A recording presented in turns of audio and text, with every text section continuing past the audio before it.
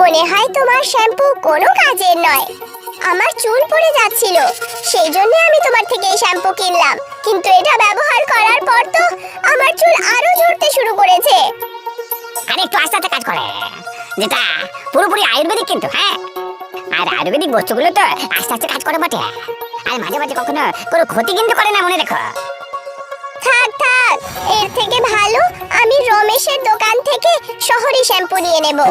যদি এইভাবে চলতে থাকে না, তাহলে খুব তাড়াতাড়ি পথে বসবো আমি। এই জবে থেকে এই রমেশটা শহরে নতুন নতুন শ্যাম্পু বিক্রি করতে শুরু করেছে, আমার ব্যবসা একেবারে তলানিতে চলে গিয়েছে। কি করবো ভগবান। প্রকাশ নিজের দোকান থেকে রমেশের দোকানে চলে যায় আর তাকে বলতে শুরু করে, রমেশ! কি হয়েছে সুরেশ? কি হয়েছে? এই তুই তো প্রকাশ, তাই না? তুই আবার এরকম চলে এসেছিস তো? প্রকাশ! আরে তুই আমার নামে ডাকছো কেন?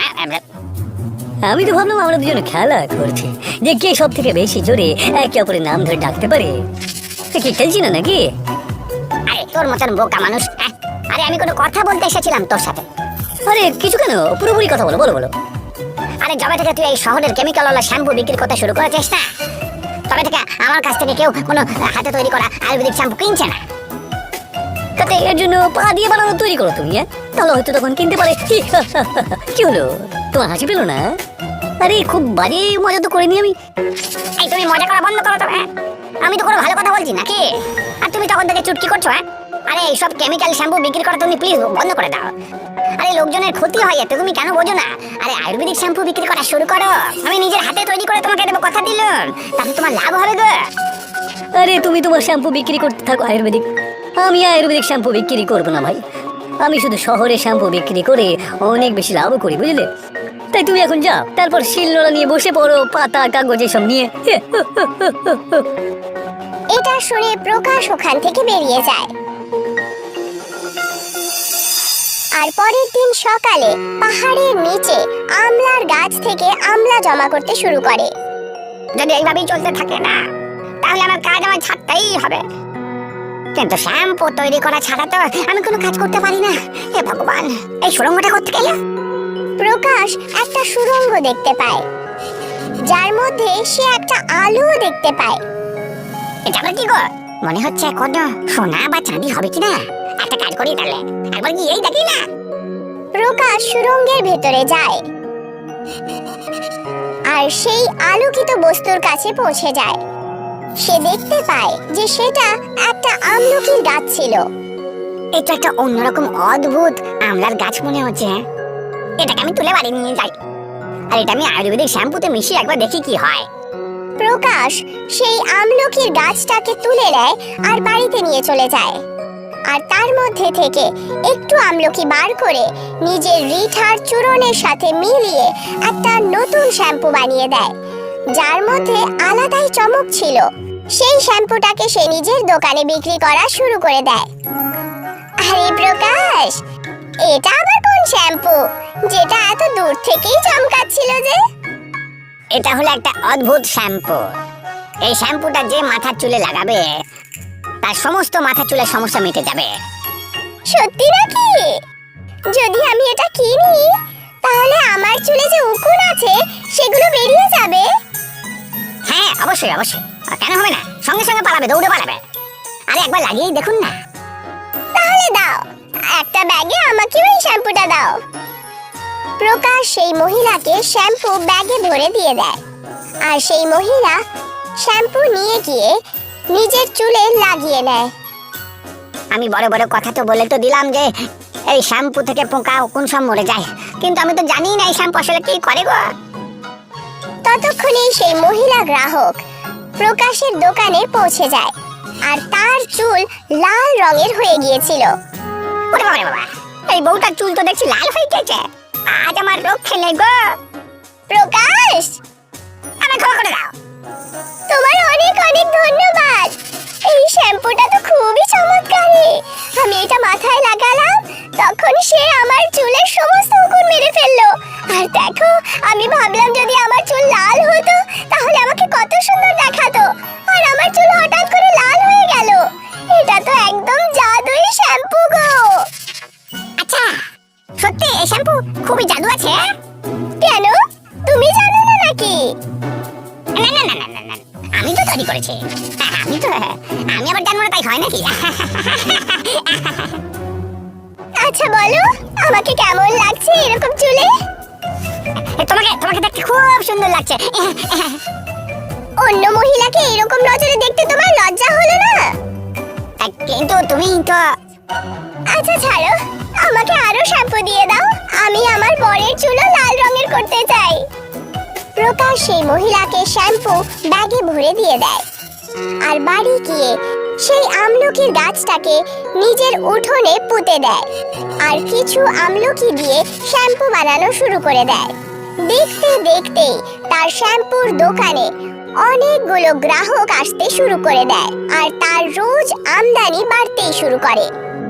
প্রকাশ! অধিয়ারা! অধিয়ারা? অধিয়ারা বলকে? আরে আমরা তো ভাবছিলাম কোন অন্য ধরনের কোনো খেলা করছিলাম, তাই না? দাদা, তোমার সাথে কথা বলতে এসেছিলাম। হ্যাঁ হ্যাঁ, বলো বলো বলো। তোমার কথা শোনার জন্যই তো দাঁড়িয়ে রয়েছে আমি এখানে। আরে ওই শ্যাম্পুটা আমারও লাগবে, কারণ আমি কারণ তুমি হলে টাকলা, তাই না? সেজন্যই বলছো তো? আর একদম চিন্তা করো না, আরে আমি তোমার জন্য স্পেশালি একটা বিখ্যাত শ্যাম্পু বের করে রেখেছি। সত্যি? কিন্তু ওর জন্য তোমাকে দ্বিগুণ দাম দিতে হবে বলে রাখলো। হ্যাঁ, কারণ যতদিন তুমি ওই কেমিক্যালওয়ালা শ্যাম্পু বিক্রি করছিলে না, আমার অনেক ব্যবসায় ক্ষতি হয়েছে, কিন্তু তাই তোমাকে দিতেই হবে। আর আমার কথা শুনলে পরে তুমি তোমার শ্যাম্পু বিক্রি করা ছেড়ে দাও আর অন্য কোনো ব্যবসা করা শুরু করে দাও। তো তুমি ঠিক কথাই বলেছো, আমিও তো এটাই ভাবছিলাম যে আমি শ্যাম্পু বিক্রি করা ছেড়ে দেবো আর শহরে সাবান বিক্রি করা ছেড়ে দেবো। ঠিক আছে প্রকাশ, তোমার কথাতে আমি একেবারে রাজি রয়েছি। দাও, আমাকে শ্যাম্পু দিয়ে দাও। প্রকাশ রমেশকে শ্যাম্পু বিক্রি করে দেয় আর ভাবতে শুরু করে যে তাকে শ্যাম্পুর সাথে সাথে সাবানও বিক্রি করা শুরু করে দেওয়া উচিত। আমি যদি এই জাদু আমলাটাকে সাবানের মধ্যে দিয়ে বিক্রি করতে পারি, তাহলে মনে হয় আমি আরো লাভ করবো। আর আমি ওই সাবানটাকে দ্বিগুণ দামে বিক্রি করবো আর অনেক পয়সা রোজগার করবো গো।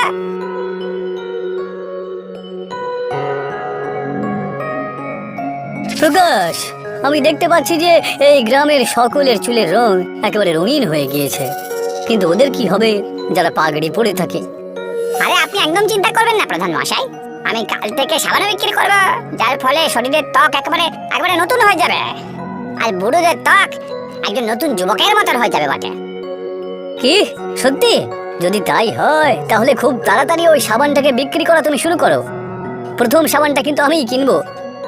এমনিতে তো আমার ত্বক তো যুবকের মতনই বটে, তবে ওই সাবানটা আমি অবশ্যই কিনবো।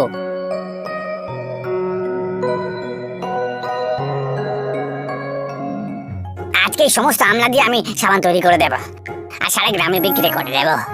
আর এগুলো বিক্রি করে আমি এত পয়সা রোজগার করে নেব যে সারা জীবন ঘরে বসে বসে রোজগার করতে পারবো। প্রকাশ সমস্ত আমলকি দিয়ে সাবান বানিয়ে নেয় আর পরের দিন গ্রামে বিক্রি করা শুরু করে দেয় আর সেই মহিলা গ্রাহক ওখানে আবার চলে আসে। আরে এই কি প্রকাশ, তুমি সাবান বিক্রি করাও শুরু করে দিয়েছো? এই সাবানও জাদুই নাকি? হ্যাঁ হ্যাঁ, এই সাবানটাও জাদুর বটে।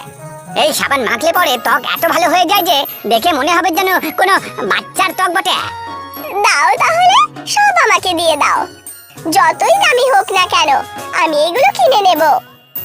গ্রামের সমস্ত লোকেরা প্রকাশের কাছ থেকে সাবান কিনে নেয়। একদিনের মধ্যেই তার বানানো সমস্ত সাবান বিক্রি হয়ে যায়। পরের দিন সকাল হয় আর প্রধান প্রকাশের দোকানে আসেন। আরে এই প্রধান আমার কাছে কেন চলে এলো? আর ওনার শরীরের উপরে এত চুল কোথা থেকে চলে এলো? প্রকাশ, আমি তোকে ছাড়বো না। এই সাবুন তুই আমাকে স্নান করার জন্য দিয়েছিলি না, সেটার পরে আমার শরীরে পুরো চুল এসে গেছে রে। আমি জানি না, আমাকে আমার পয়সা ফেরত দিয়ে দে তুই। প্রধান এইটুকু বলা মাত্রই ততক্ষণে বাকি গ্রামবাসীরাও ওখানে চলে আসে। ওদের শরীরেও চুল চলে এসেছিল। আমাকে তো তুমি ভাল্লুক বানিয়ে দিলে প্রকাশ, ছাড়বো না তোমাকে আমি। এখন লোকেরা আমার ব্যাপারে কি কি বলবে? এইসব তোমার ভুলের জন্য হয়েছে প্রকাশ। তুমি আমাদের সবার থেকে দ্বিগুণ টাকা নিয়েছিলে এই সাবানের জন্য। আমাদের টাকা ফেরত দাও।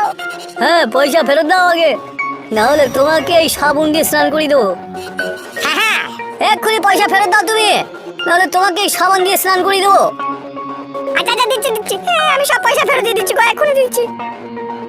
প্রকাশ সমস্ত গ্রামবাসীদেরকে পয়সা ফেরত দিয়ে দেয়। আর তার কাছে কোনো আমলকি বেঁচেই থাকে না, না শ্যাম্পু বানানোর জন্য আর না সাবান বানানোর জন্য। আমি অনেক বড় অন্যায় করে ফেলেছি, লোভে পড়ে আমি অন্ধ হয়ে গিয়েছিলাম গো। আমি আমার আয়ুর্বেদিক শ্যাম্পুই বিক্রি করা শুরু করব, আর কখনো বেশি লোভ আমি মনের মধ্যে আসতে দেবো না। তো দেখলেন বন্ধুরা, লোভ খুব বাজে জিনিস। লোভ দিয়ে মানুষের বুদ্ধি ভ্রষ্ট হয়ে যায় আর অবশেষে তাকে পস্তাতেই হয়।